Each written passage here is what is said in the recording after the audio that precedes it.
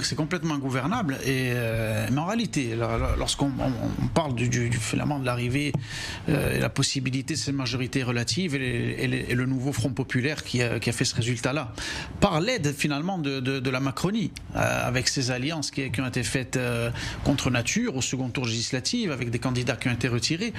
Mais en réalité, cette situation aujourd'hui en France qui fait peur, le fait d'avoir arrivé ces partis extrémistes comme la France Insoumise aux responsabilités, en réalité ce sont les conséquences du gouvernement Macron et même d'autres avant lui, de ses prédécesseurs. Et on peut remonter même jusqu'à Pompidou. C'est la suite logique.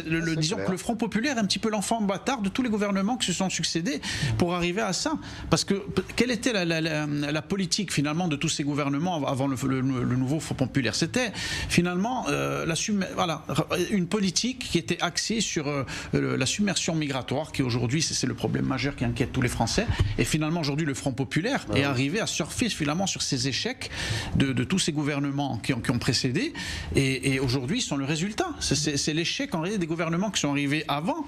C'est le résultat. Le Front populaire qui arrive aujourd'hui dans cette posture, c'est le résultat. Il ne fait que lui profiter de cette situation justement de ces masses aujourd'hui qui sont arrivées en France, qui sont finalement l'électorat, c'est leur carburant, comme on le sait, notamment énormément bien sûr dans les banlieues, et c'est la raison pour laquelle ils se servent sans arrêt du conflit à Gaza pour arriver et pour récolter des voix, mais en réalité ce sont les conséquences.